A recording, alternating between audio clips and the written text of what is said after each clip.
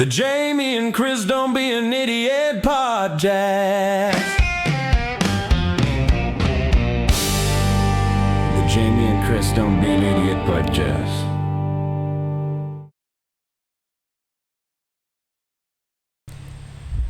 Hey, how are you? Welcome to the Jamie and Chris Don't Be an Idiot show. I'm Jamie, this is Chris, and we have an important topic that seems to be hitting a lot of the U.S. right now, and that's these AI data centers. We've got people that are for, we got people that are against, and we're just trying to break down the, what's going on and what people think are the bad sides of it and what we think are the positives, and we love for you guys to chime in and tell us, and maybe we can do a follow-up show to this too. We actually have talked to an attorney who's fighting one of these, and or Chris has, and we got some insight there too. So let's have a show. Chris, what do we got going today? So one of the things that caught my attention is that the New York Times recently had a headline that said China, Russia, and others seek to inflame debate over AI data centers. So almost everywhere we see these data centers going up, you see a lot of opposition that gets a lot of media, disproportionately gets a lot of media. And so there were some reports from 2025 and 2026 from the Bitcoin Policy Institute that showed that there's some of these foreign actors, our adversaries, who are funding a lot of these protests. So sure, like China and Russia.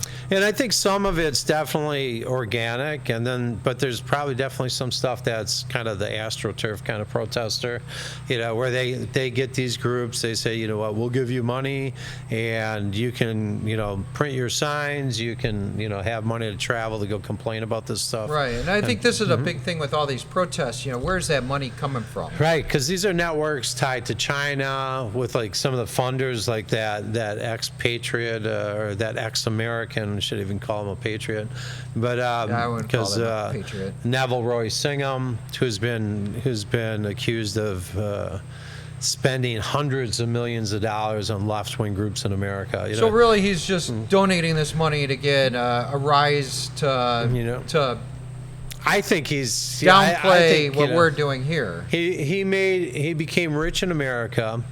He moves to China, and I think he's pro-China and anti-American. So I think he's just, our adversaries. So the capitalism he had here, right? He doesn't feel like gave him a good life, and now he lives in Shanghai. Right.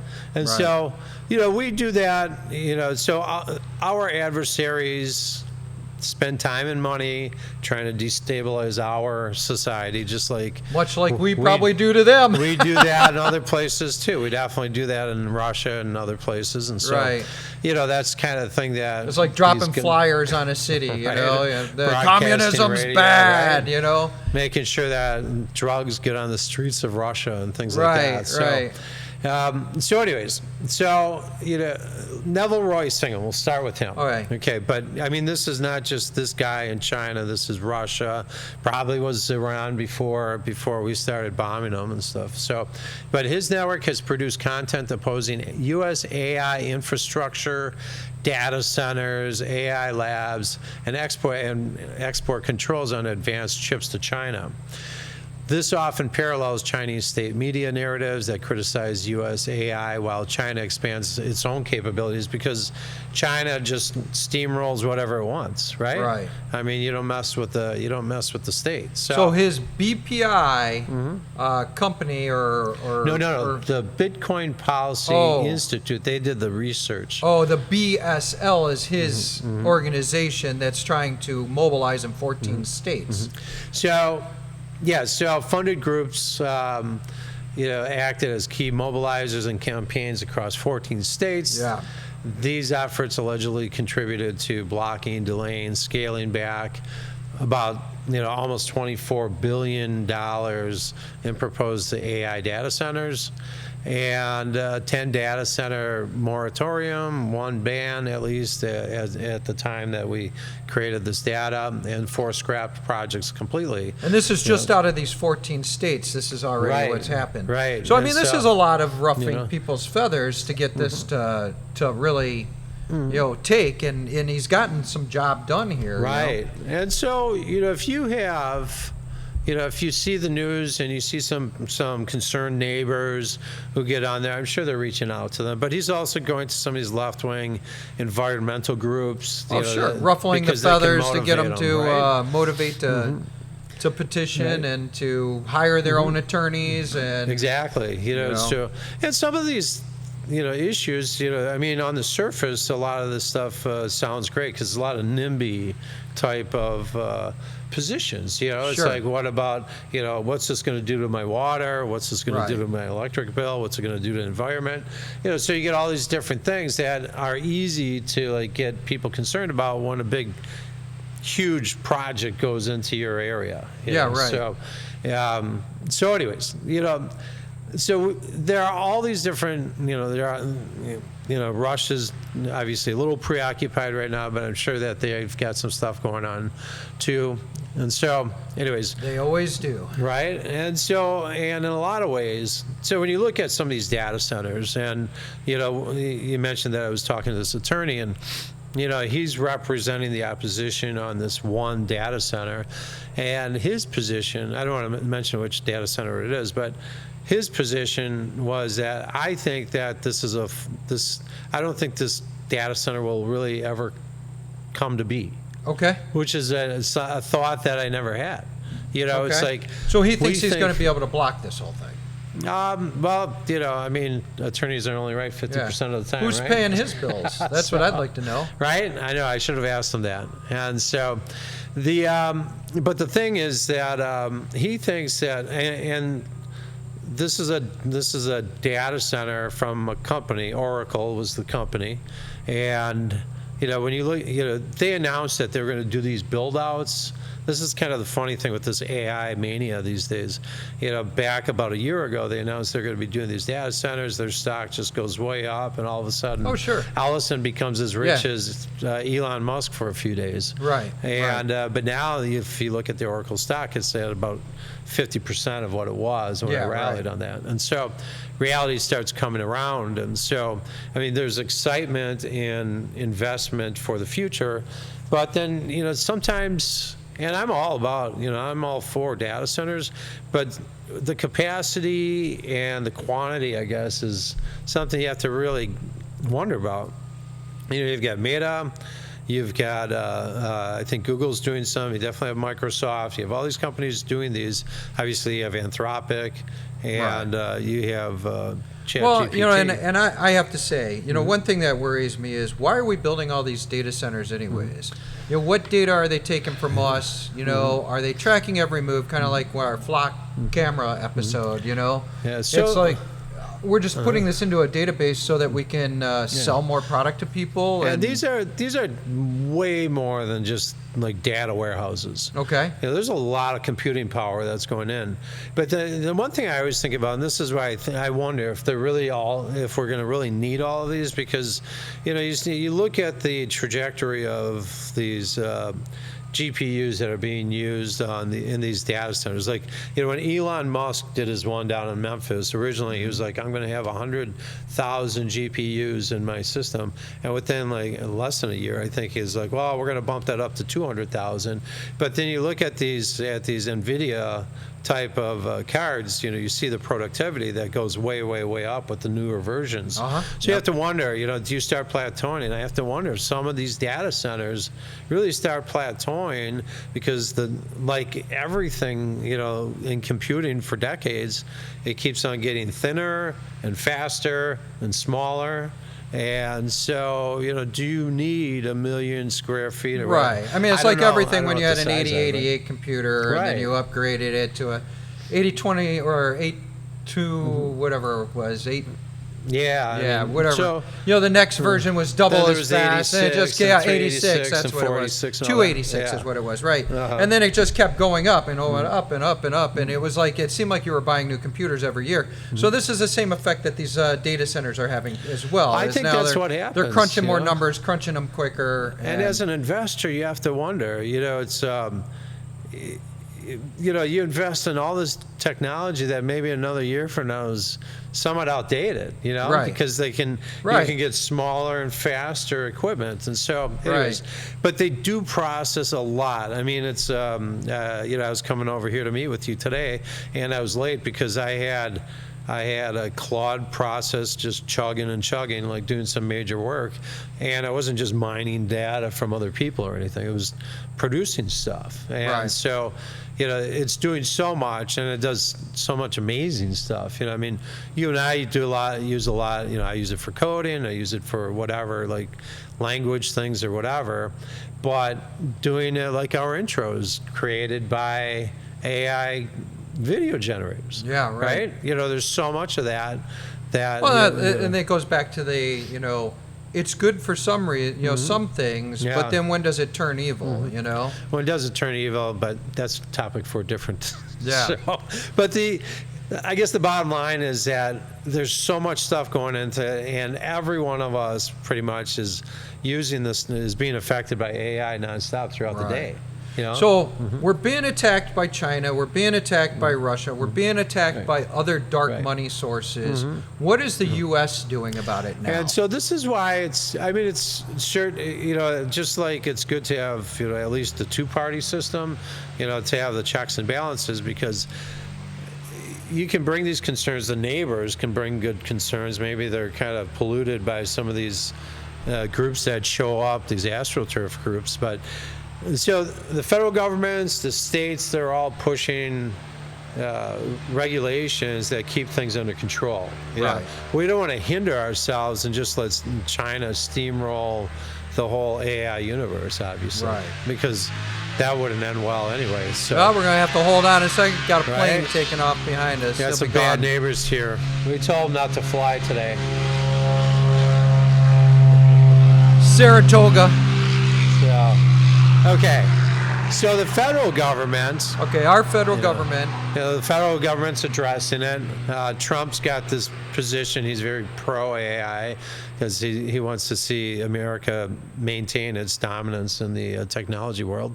So President Trump supports rapid AI data center build-outs for jobs, national security, and U.S. tech dominance, but emphasizes that communities should not pay the price through higher energy bills. Absolutely not. Why should we pay for someone else to make money off of us? And the polls on these data centers are really negative for data centers. They've had a lot of negative press, which is, I don't think people realize how much they're affected by all these data centers and all AI out there. So if we want to have it, we're going to have to build it somewhere. So anyways, so there's this ratepayer protection pledge. Trump secured voluntary commitments from major AI tech companies like Microsoft, Anthropic, that they need to build and bring their own new power sources. So they're not affecting people's prices. Fully fund the grid upgrades if they're buying into the grid. So if you're running a power line, 90 miles, you have to fund it. The construction of it, the installation of it, things like that. That shouldn't be coming out of some common electric bill for the area, right? It shouldn't come out of the people surrounding areas, for sure. And investing in local jobs, for community resilience. So, which is kind of funny because there is a Microsoft project that I knew some guy who was working on, and for a while he was just getting tons and tons of overtime. He was just he was so excited. He had this good gig where he was helping set up this Microsoft data center. And he and 100 other people were just getting all this overtime. They're making great progress. And then all of a sudden they called all those people in. They said, well, we're going to let all you guys go. Nice. Because we're way ahead. Are they temporary jobs then? They were contract, contract labor. IT has a lot of consulting type jobs and stuff, and so anyways they let them all go, and they're like, yeah, we're just too far ahead of schedule. I'm like, why did you give them all of this overtime? You could have kept everyone Well, it sounds like a bad management. Management of the job. Right, and so someone was a little too ambitious, I think, and spent a lot of money, and because for what they got done, they had to pay probably 50% more for a lot of the hours. So, anyways, so the goal here is to keep your household electricity rates flat or lower. So to not have an impact on the neighbors, right? You know, it's certain federal actions that have happened.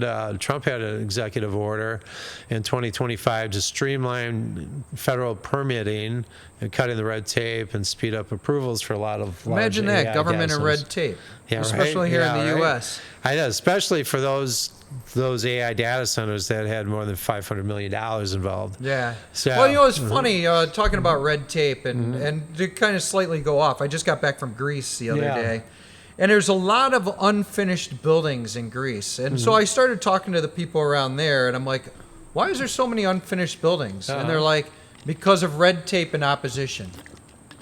Isn't that funny, right? And it was like, I want to say at least 10% of the buildings seem to be unfinished. Wow. That's crazy, right? Yeah. At least they have a nice climate. So it's like if your walls of your house aren't finished, it's a big thing that we cut this red tape, and it's a big thing that we cut. You know, we try to build. I mean, it's not like China and Russia have any problems with red tape or you know, local opposition, because they are the local opposition. They just write they'll run them over with a tank. You know, if you Tiananmen Square them. Yeah. So. Some of these federal actions also focus on federal lands and energy infrastructure, but does not override state or local authority. Which, you know, the federal government owns a lot of land. I don't know how much it is, but it's a lot of land, especially out west, right? Yeah, that was under Roosevelt, wasn't it? Maybe Teddy Roosevelt or something. I think it was Teddy Roosevelt who did that. Yeah. So recently, one thing that I was paying attention to was Palm Beach County. They rejected a data center. And they rejected it pretty handily, 5-1, after a 12-hour hearing. This is Project Tango. And this was a big data center in Loxahatchee. So, and the reasons they cited were the same reasons that everyone's got. You know, we got water usage. Are you going to use all the water? And so, you know, a lot of times these people say, "Oh, you're going to take all the water out of our river or our lake or whatever." But a lot of times it's zero sum. You know, it's not like they're steaming it all up. You know, a lot of times it's contained, where, you know, they bring the water in cold, you know, it like cools down the machines, but it never like gets exposed to air really, and then it like the thought, I think, is to just goes back into the source, just a little warmer. I think they have proof that any of these things are happening? Is there some kind of document that? Well, for water quality, I heard someone in this is somewhere in Wisconsin.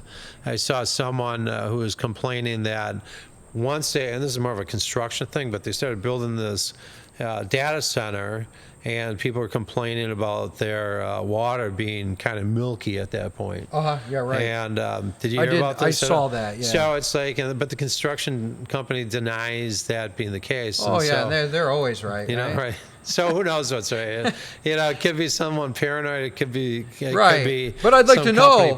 Test the water. Yeah. Why is it milky? Right. You know, there's got to be a chemical in it. If that's the case, let's find out if this is true. I stand behind this. Or is it, you know, if it's like, and since it's a construction issue, I'm just wondering, you know, is it just, if their water is kind of milky, is it just like stone or concrete or whatever, just getting into the water? That's right. Yeah, right. Things like that. So, you know, is it calcium? Is it a buildup of calcium, which turns water milky? Yeah. Right. And so if they're pounding and it's like loosening up, you know, water in the wells or wherever. But then we need to find that out, and we need to remedy that problem. Right. Exactly. So this is where like smart growth really comes in. I mean, we got to address both sides. We want to. I mean, this is like one of the greatest things that happen to mankind coming, you know, presumably, but we can't. Greatest things, or you know, it's funny because I see it on both sides where they say it's the greatest thing, and then they see it's like the end of all mankind. Right. Yeah. You know, so we're weighing that. So I'm kind of looking for like some input here. You know, are we all going to die? Right. Or you know, it's funny because I just watched a thing on the plane from Greece. And I can't remember. It was called AI something. It was a documentary, and it talked to the head of Anthropic and the head of ChatGTP, which is what's his name? Yeah, I can't think of what his name is. Yeah, well, someone's going to yell at us for not knowing that off the top of our head. Yeah. But it was funny because it went through, and I was actually going to tell you to watch it. But it talks about both sides of it, and this guy is like, "Tell me why I shouldn't be depressed that this is happening, that AI is here."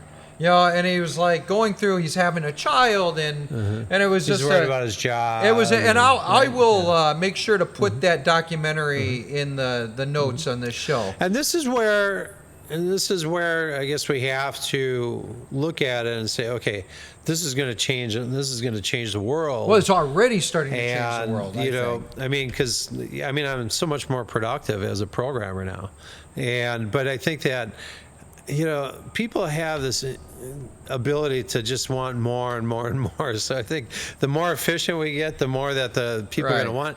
There'll be different jobs. It's like, we want electric cars. No, we don't want electric cars anymore. Can you imagine Can you imagine when the first we want women's sports to be just women? No, we don't want women's sports to be just women anymore. It's like we're so fucking confused out there.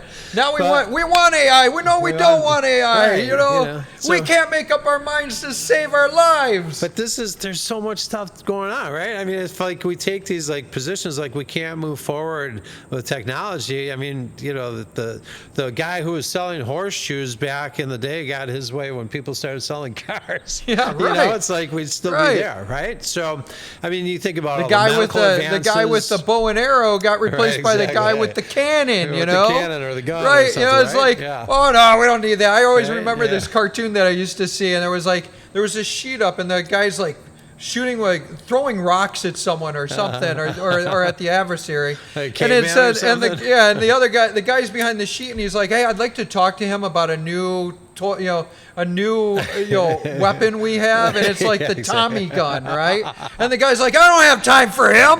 I need to keep throwing stones." Right, exactly. I don't have time to learn this newfangled technology. Yeah, damn it. So but yeah, I mean, I think in general, people are going to be concerned about their jobs. The economy is going to have to shift in different positions. We're going to find jobs that we didn't think we needed. Right. It's creation of jobs, but it's also the elimination of jobs. And I think that's where people are scared, right? Right. And so, then there's the whole Skynet kind of concern, right? It's like we've got these humanoid robots coming out. We have AGI coming to fruition. So these humanoid robots are going to start thinking for themselves, and there are plenty of computers that have been AI computers that have been caught serving their own best interest, right?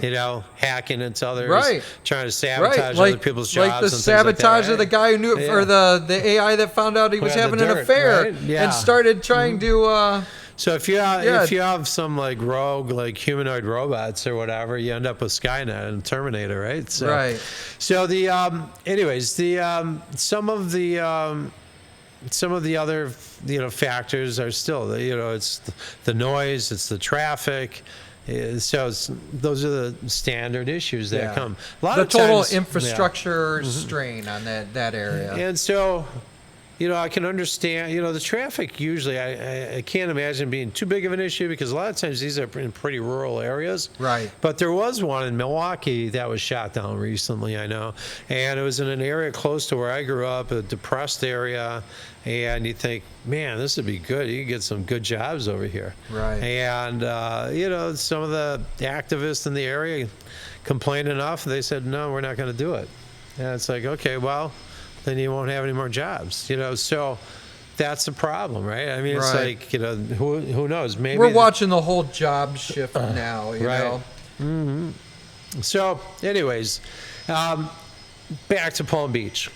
Palm Beach. When we talk about Palm Beach, their project was denied without prejudice, which means that they said, okay, we're not shooting it down permanently. We need you to come back.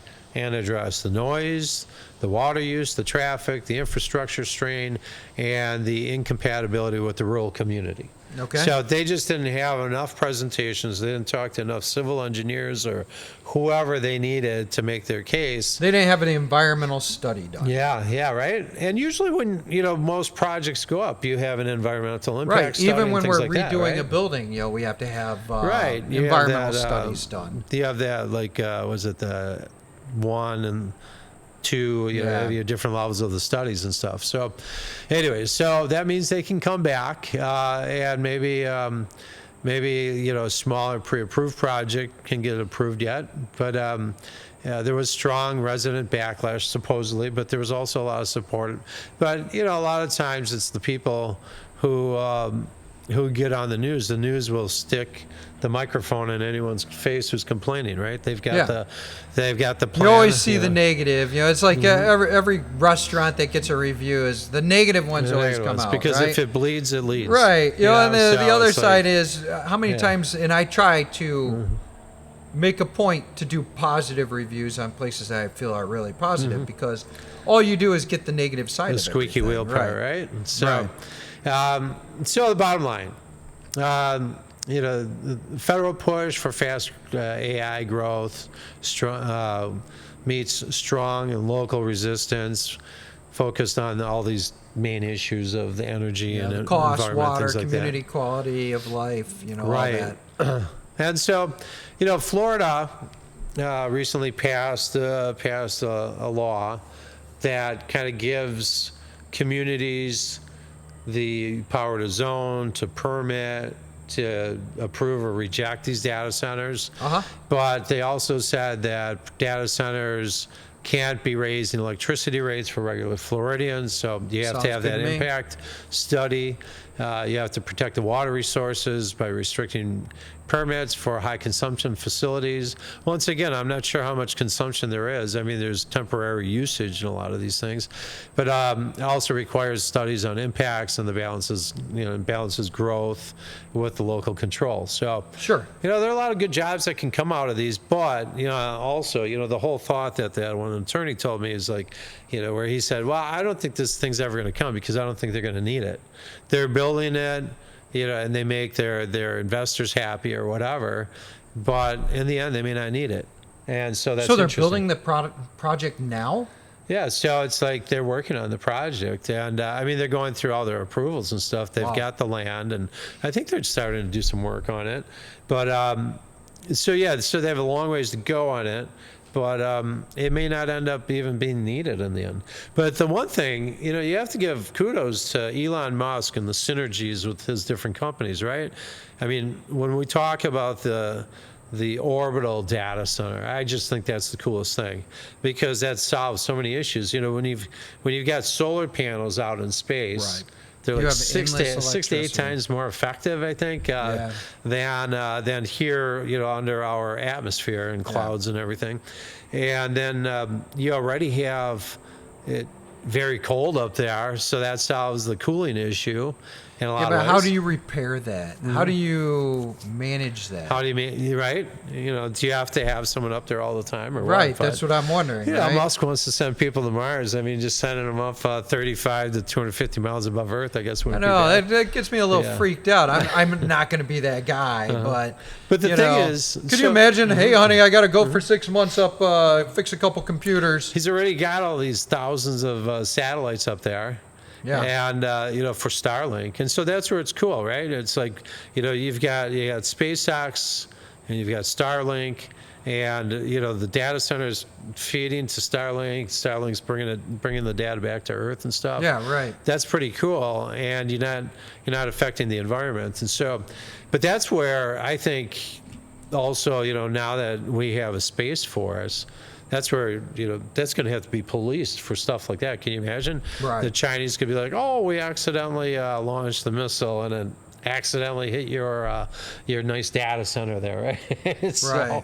So that's where things are. Could you imagine if it's funny, a little off topic here, but the Space Force people came with like Buck Rogers suits. Buck Rogers or stormtroopers or something. It's like, That's funny. Yeah, they have to like report to Ming. Yeah. He's like sitting up there, and so, but or the little robot guy. right, yeah. So maybe that's where we're headed. It's like maybe it all ends up being robotic in the end because the new generations aren't having babies, so we're going to have something. We might as well have humanoid robots. Yeah, right. Yeah. So, Twiggy. I think that guy's name was Twiggy. Twiggy. So yeah. Anyways, hey, so this is something we want to keep discussing for a while. So if you've got some input on this subject, please put it in here. You can find us on Spotify, Apple Podcasts, wherever else podcasts are found. YouTube, yeah. So and one of the things is that, especially if you're like near a data center, you've been hearing the debates. Yeah, let's hear what's going on with you. Send us information on what's going on in your area.